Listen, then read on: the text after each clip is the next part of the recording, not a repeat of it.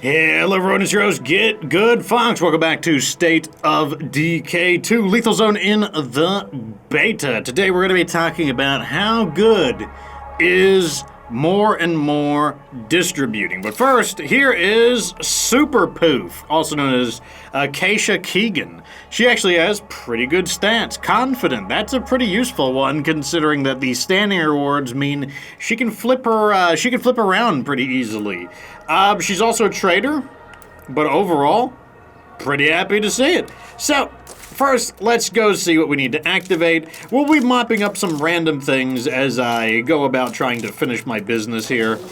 But the main thing we'll be doing is talking about how good the base actually is. And it looks like there's not a lot to activate. Yeah. Okay, so next what we're going to do is search for infestations. Some recon around my area. And then what we're going to do is quickly take a look at our stats. Looks like you got some promotions. Marathon and stealth, that's a good combo. Weapons handling.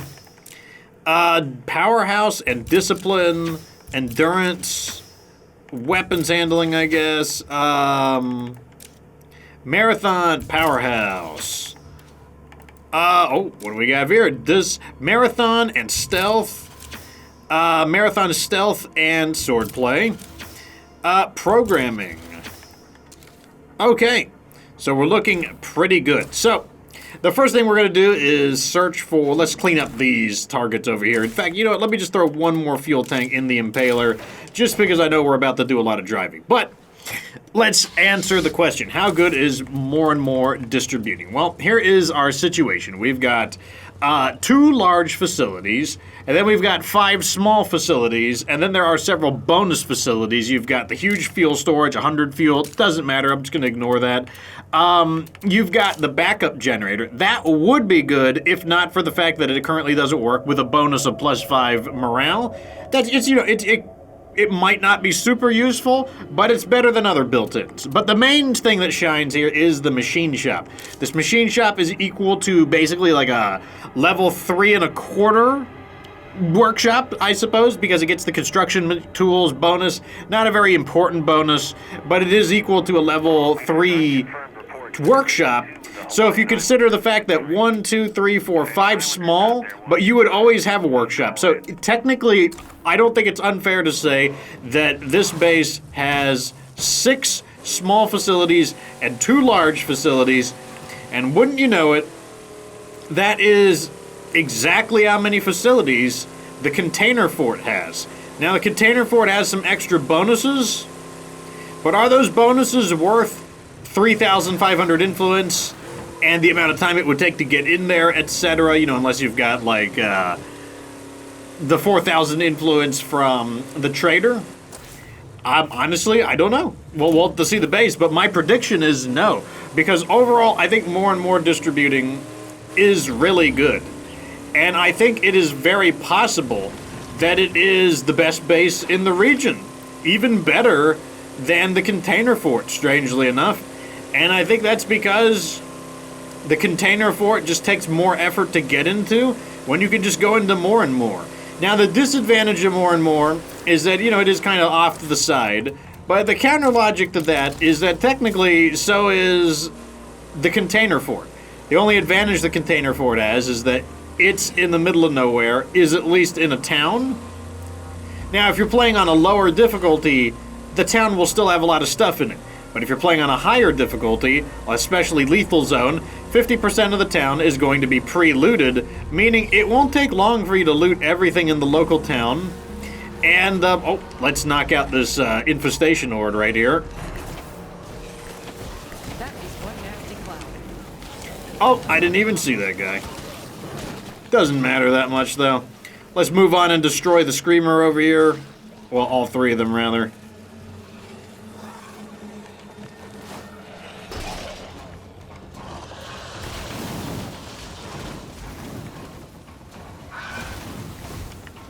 Infestations are almost gone. Okay, so we've cleared this infestation. We can hop out of here. I gotta rest. And let's get back in our car And we will mark... Oh, looks like we've got another assaulting horde. That's what these hordes are technically known as. Like, their formal name is an assaulting horde. That is one nasty cloud. I think that'll clean them up. Yeah, that should get them. Alright, that assault horde is toast. Let's move to over here. This is where they are occupying my base, or they are basically suppressing the benefits of,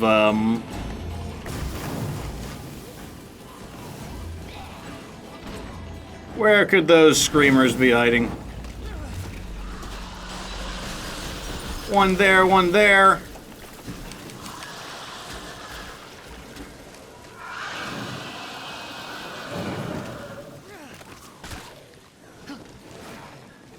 Okay, we got him.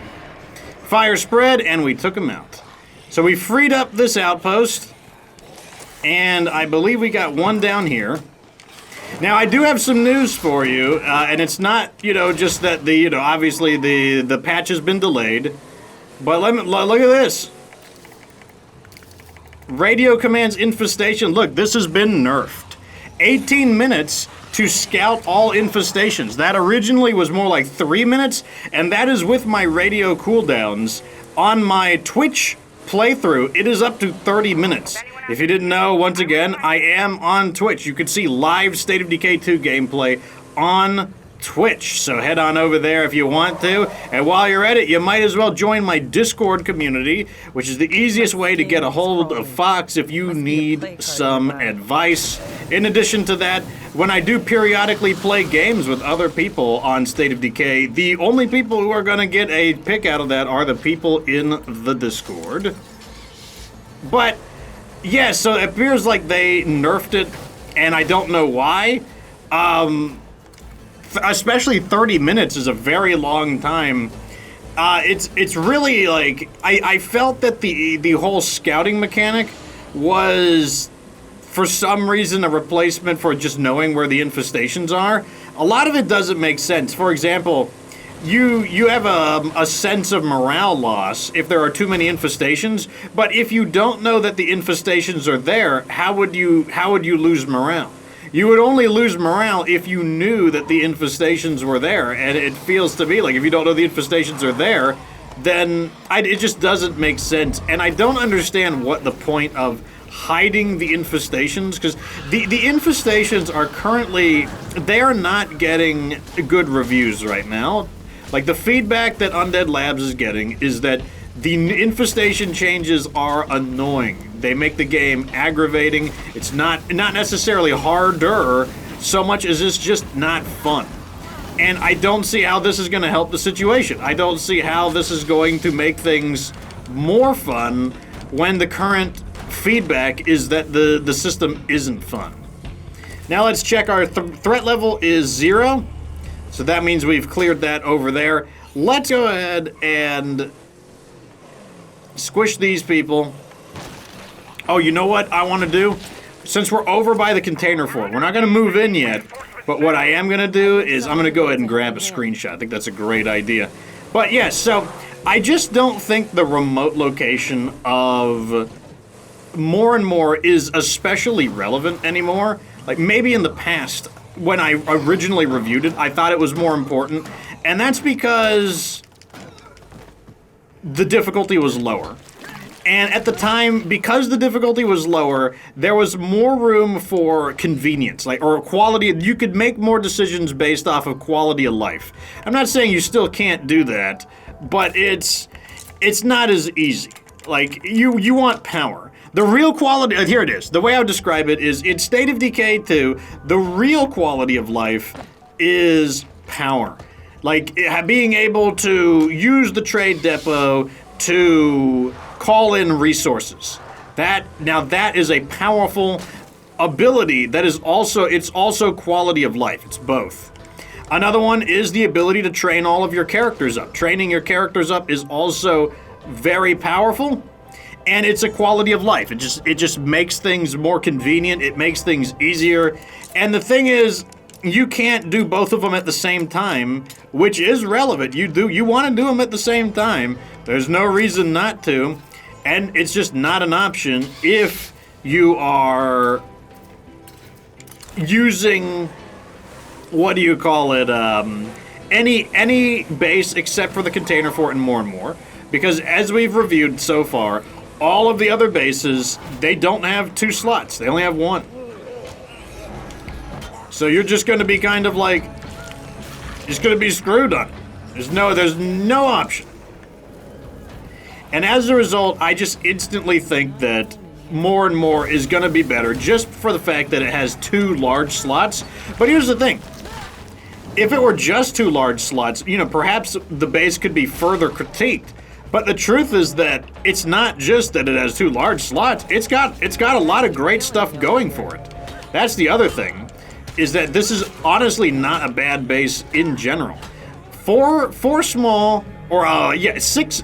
If the effective power of 6 small and 2 large, that's just really good in general, especially by a mid-game base standards.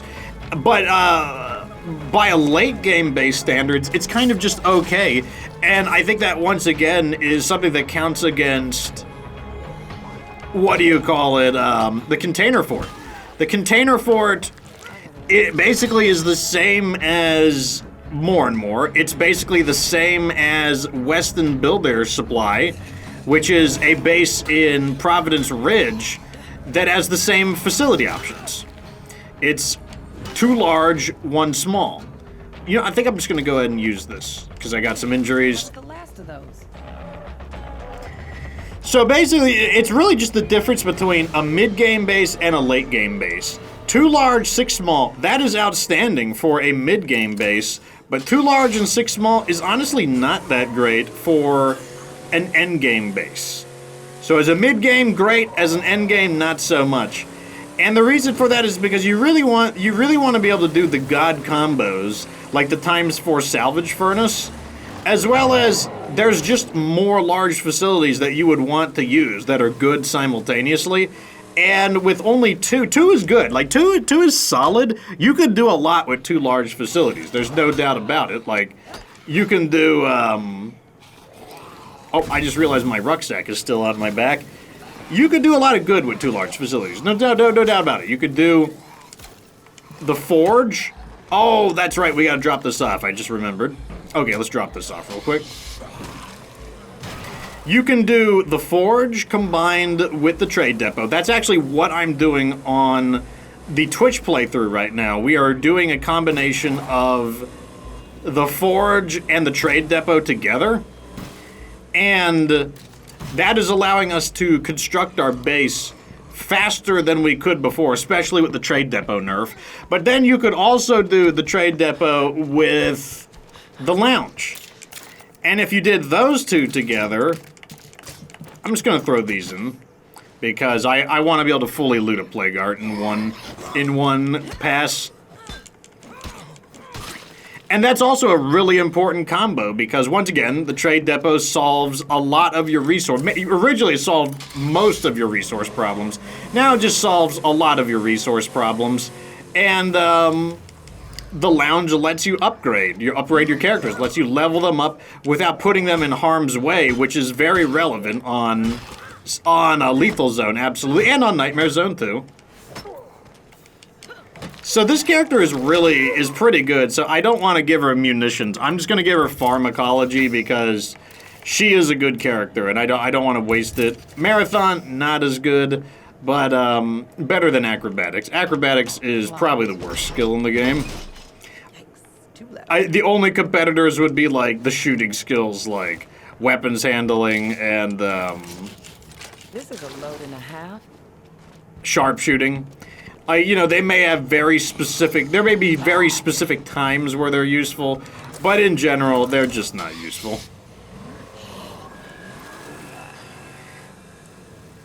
There we go. Now, let's talk about facility options in Mohr and Mohr, which is part of the reason why it's so good. So you got the 2 large, and you can do a lot with 2 large. You can get all the basics done. You got trade depot, lounge, trade depot, forge, in order to build faster. But what about the small facilities? You could do a lot with 6. 6 is pretty much, I don't think you really need more than 6. Obviously, if you had more, you could do more. But in terms of, like, the quantity of, like, relevant small facilities, there's really not much more than 5 to 6. Like, 5 is really, like, you know, the 6th one is a luxury, to be completely honest. So tired. 5 is where it's at. So what are the 5 that I would consider to be really good? Well, first you'd have the infirmary. You always want to be able to recover from injuries. If you're playing on a lower difficulty, you might be able to live without the healing. Another one is the workshop. Once again, you can play without the workshop as long as you drive cautiously. What you could do is buy repair kits from your allies for a while and then later on build it. But those two are, you know, they're still auto-includes. You still would definitely want a workshop. It's just that you can postpone it. But what would be the other options? Then you've got the gym. The gym is really, really good. It gives you more health, which is very important, especially on the higher difficulties. It gives you an EXP bonus to your fighting, right, without even leveling up to level 2. And once again, that just continues to do more of the same thing, lets you level up your character's health, which once again is relevant on higher difficulties. And then when it does upgrade, you know, you're able to level up your cardio as well. And overall, it's just really good. That's the main thing. It's just really good. Now that they buffed it up even farther, like I said, I don't think the buff was necessary. I think the gym was already good, but now it also gives you a little bit of morale. You know, we'll take every scrap of morale we can get, and then you also get a passive injury reduction. Once again, don't know why they did that, because like I said, I think that the facility is already good enough. Let me just get this thing is going to be dangerous. We just need to, like... And I'm just going to squish these guys, too.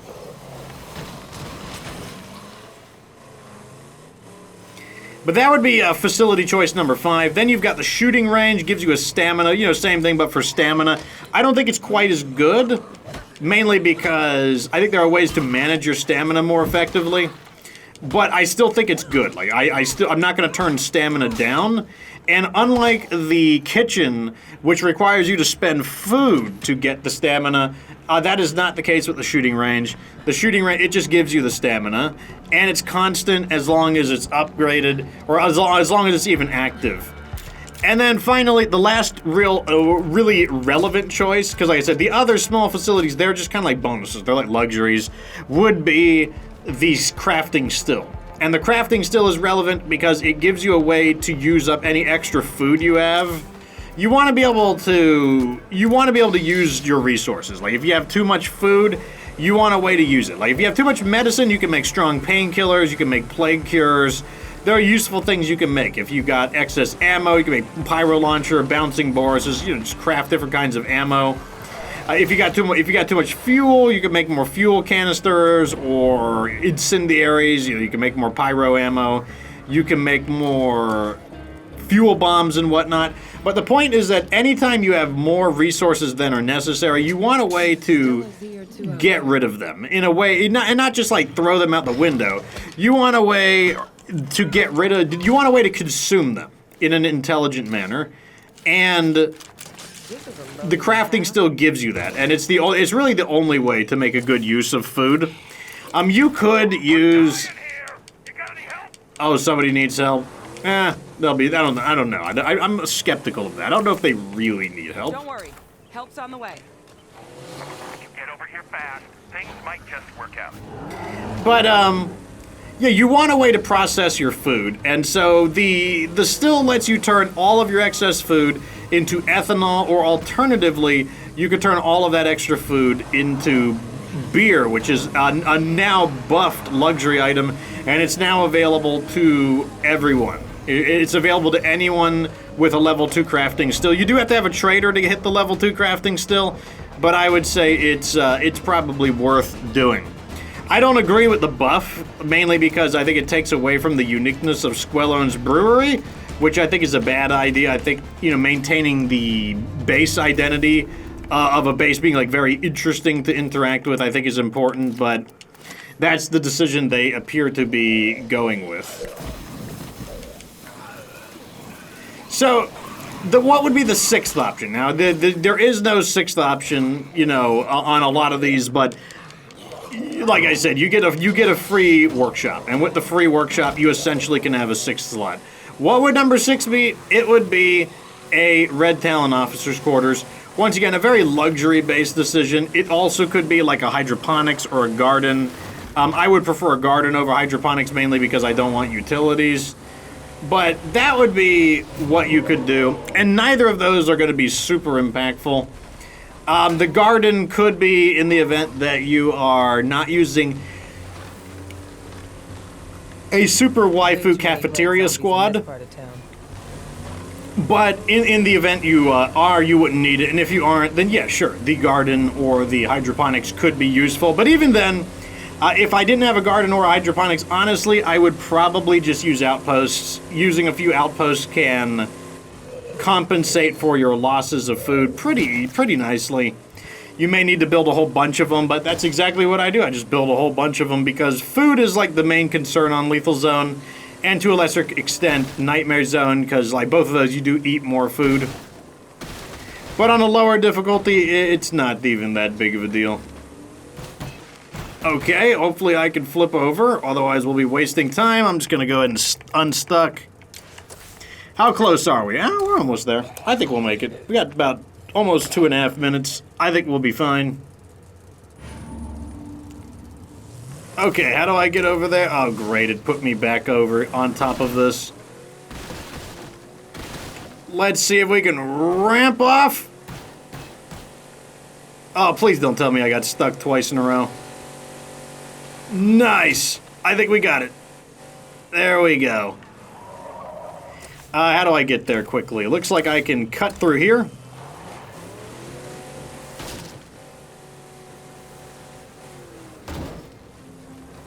But overall, those are my thoughts on Mohr and Mohr. I think that Mohr and Mohr has the possibility of being the best base in Cascade Hills because it essentially has the same construction options. I know people are going to say, what about the beds? What about the castle doctrine? And I'm going to tell you, beds do not matter. You can just completely ignore beds. Beds are not a relevant part of the gameplay. You know, maybe they'll change that in the future, but right now, you could just totally ignore beds. They are not important at all. So the fact that you do get the zombies are getting in. this way, and then we'll dodge that way. Got him. So the fact that you get +8 beds in the container fort, I just don't care because I don't care about beds. I don't pay attention to them at all. And the castle doctrine is basically like a watchtower, like basically an enhanced watchtower. Also something I don't care about. Some people believe that watchtowers are bad for you. That's stupid. Don't believe that. Like, watchtowers, they just don't matter either way. They don't really help you. They don't really hinder you. They're just watchtowers. They're not really worth building, but if your base has one, then it has one.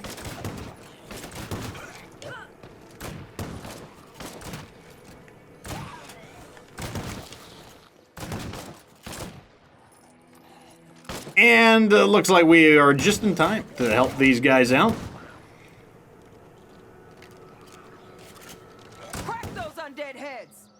Okay. So these guys should become allies now? Shit, I owe you one. Yes, you do. No worries. This is a load and a half. Encouragement. I mean, that can have its uses. Let me see what you got for sale, though. So, you want to make a deal? I'll take all of these. I'll take your whole stock, actually. Hi. I think that's good enough. Screamer. Okay, let's go ahead and return to base and dump this stuff off. Looks like we got a plague heart over there that we gotta loot. I want to make sure we loot it before we leave. We're not that far away either. You know, I'm gonna refuel. Bunch of bloaters. Actually, I think we are... Oh, yeah, yes, that's right, because we get the 50% bonus standing. That means we, like I said, we actually level up our standing at very fast speeds, which is awesome. I do love that because it makes her the ideal character to promote, because when we demote her, she will bounce back up to her hero status very quickly. Her ability was +4 morale, party planning, you know, it's okay. It's about half the value of a white noise machine. And, you know, it's whatever. It doesn't blow me away, but I'm also not unhappy with it either. And that is my, those are my thoughts on Mohr and Mohr. So to wrap it up, I think it's a very, very strong base. If you're playing on a lower difficulty, like Standard Zone or Green Zone, then yeah, you could probably, if you don't like its location, I think that could be a bit more relevant.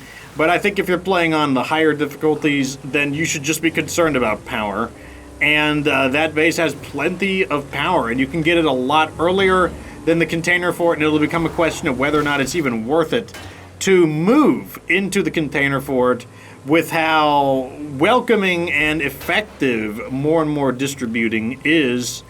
And like I said, I think it also reveals the problem with Cascade Hills is that the theme is that there's only one large facility in many of these bases, and then the second theme is that the theme is kind of like every base has one less large facility than normal, and I just don't think that's a good theme. I think that just makes the bases bad, and it's like it is different. I won't deny that, but different isn't always good. Sometimes different is bad, and I think that is the case with Cascade Hills bases.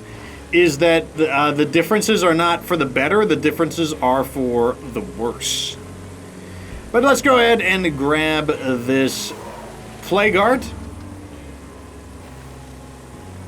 Because like I said, I don't want to just, you know, leave the area and not have what I'm looking for, or have to come back for loot later. Still a Z or two out there. Oh yeah, that's right. It's not even gonna matter. Let's go up the stairs over here. That'll force them all to kind of come together.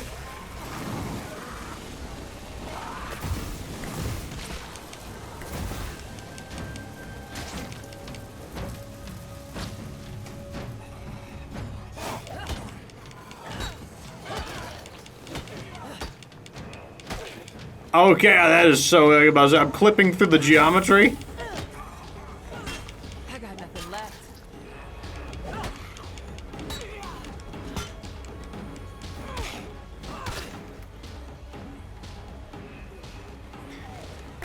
Got more company, I see. Still can't loot this, unfortunately. This would make a great outpost. Okay, now we're clear.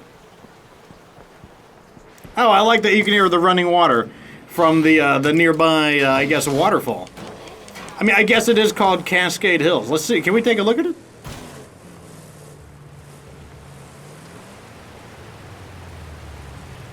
Oh yeah, I mean, for a hydroelectric dam, I would say it's not quite, it's not the most impressive looking river, but you know, it's a river. Is this a hydro dam? Power station? Yeah, I guess it is. Yeah, it should be a hydro dam. What can you do, though? You know, I guess you can't always be... Is that another power...